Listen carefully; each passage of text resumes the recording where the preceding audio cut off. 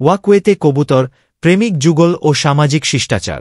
মৌলভীবাজার শহরের প্রাণকেন্দ্রে অবস্থিত মনু নদীর তীর ঘেঁষা ওয়াকওয়ে এখন যেন শুধু হাঁটার জায়গা নয়, তা রূপ নিয়েছে এক ধরনের অবাধ মিলনস্থলে।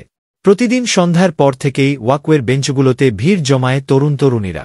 অনেক সময় তাদের আচরণ প্রশ্ন তোলে সামাজিক শালীনতা ও নৈতিকতার ওপর। কারা এরা? কোথা থেকে আসে? জানা গেছে, এই তরুণ তরুণীদের একটি বড় অংশ স্থানীয় স্কুল কলেজ ছাত্রছাত্রী। কেউ কেউ আসে পার্শ্ববর্তী এলাকা থেকে। অধিকাংশই শিক্ষার্থী পরিচয়ে নিজেদের স্বাধীনতা ব্যবহার করছে ব্যক্তিগত সম্পর্কের প্রকাশে। তবে স্থানীয়রা বলছেন, এখানে অনেকেই আছে যাদের পরিচয় অজানা, অনেকে বাইরের এলাকা থেকেও আসে।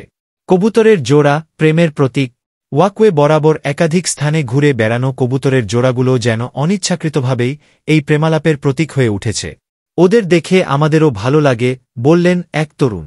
তবে এই ভালো লাগা যখন অসামাজিক কার্যকলাপের দিকে ধাবিত হয়, তখন বিষয়টি উদ্বেগের। স্থানীয়দের প্রতিক্রিয়া। নাম প্রকাশে অনিচ্ছুক এক দোকানি বলেন, ওয়াকওয়েতে এমন কিছু দৃশ্য দেখা যায় যা আমাদের পরিবারের সদস্যদের নিয়ে হাঁটতে লজ্জা করে। এক প্রবীণ নাগরিক ক্ষোভ প্রকাশ করে বলেন, ওয়াকওয়ে তো জনসাধারণের জন্য, প্রেমের গোপন আড্ডাখানা নয়, সমাধানের পথ। বিশেষজ্ঞরা বলছেন, এ ধরনের পরিস্থিতি মোকাবেলায় সামাজিক সচেতনতার পাশাপাশি স্থানীয় প্রশাসনের সক্রিয় নজরদারি জরুরি। শহর উন্নয়নের সঙ্গে সঙ্গে নৈতিক মূল্যবোধ বজায় রাখাটাও প্রয়োজন।